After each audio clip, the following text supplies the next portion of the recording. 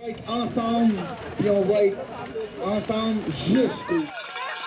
Drapeaux, trompettes et café à la main, ils étaient environ 10 000 à manifester sous la neige tôt ce matin en Abitibi-Témiscamingue.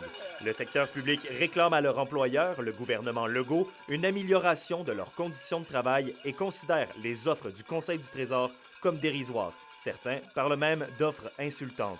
Les leaders syndicaux du Front commun sont donc d'avis que la grève est le prix à payer. La réponse du gouvernement, c'était une insulte.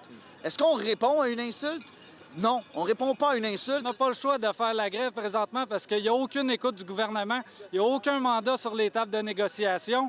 Alors, ce qu'on veut, là, c'est qu'aujourd'hui, ils nous écoutent, qu'ils nous entendent, qu'ils nous reviennent avec une offre raisonnable, qu'on pourra s'asseoir aux tables. Ce qu'on protège aussi, c'est les services à la population. Ce sont les réseaux dans lesquels on œuvre au quotidien. Et nos demandes, elles sont légitimes et il est drôlement temps que le gouvernement s'y attarde.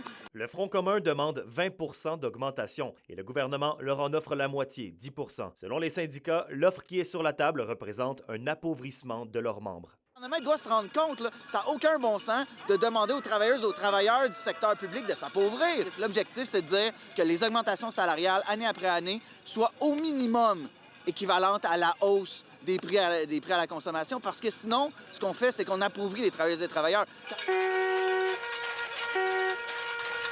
Personne ne veut aller en grève, encore moins en grève générale illimitée, disent les représentants syndicaux. C'est le prix à payer pour la bonification du réseau de l'éducation, puis de la santé et des services sociaux, pour qu'enfin ces réseaux-là se portent mieux, puis que les élèves spécifiquement reçoivent le bon service. Présentement, là, le pire employeur au Québec, en termes de conditions de travail, c'est le gouvernement du Québec. Notre objectif, c'est d'avoir des bonnes conditions de travail.